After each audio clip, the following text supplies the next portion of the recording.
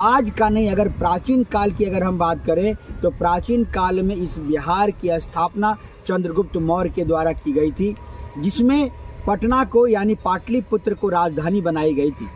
चंद्रगुप्त मौर्य के समय काल से लेकर के अगर अभी तक की हम बात करें और वर्तमान समय में अगर बिहार के संस्थापक की बात करें तो डॉक्टर सच्चिदानंद सिन्हा जी का नाम प्रथम रूप में लिया जाता है। अब बिहार की धरती पर अक्सर देखते आ रहे हैं, जब से संविधान बना, संविधान बनने के बाद जब से बिहार के विकास की अगर हम बात करें तो निश्चित तौर पर यहाँ बहुत से ऐसे जननायक रहे।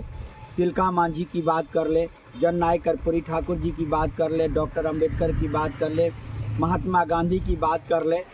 जितने भी लोग हैं, जितने भी महापुरुष रहे, इस संस्था को यानी इस जगह को बनाने में और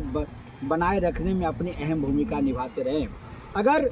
दशरथ मांझी की अगर हम बात ना करें तो निश्चित तौर पर एक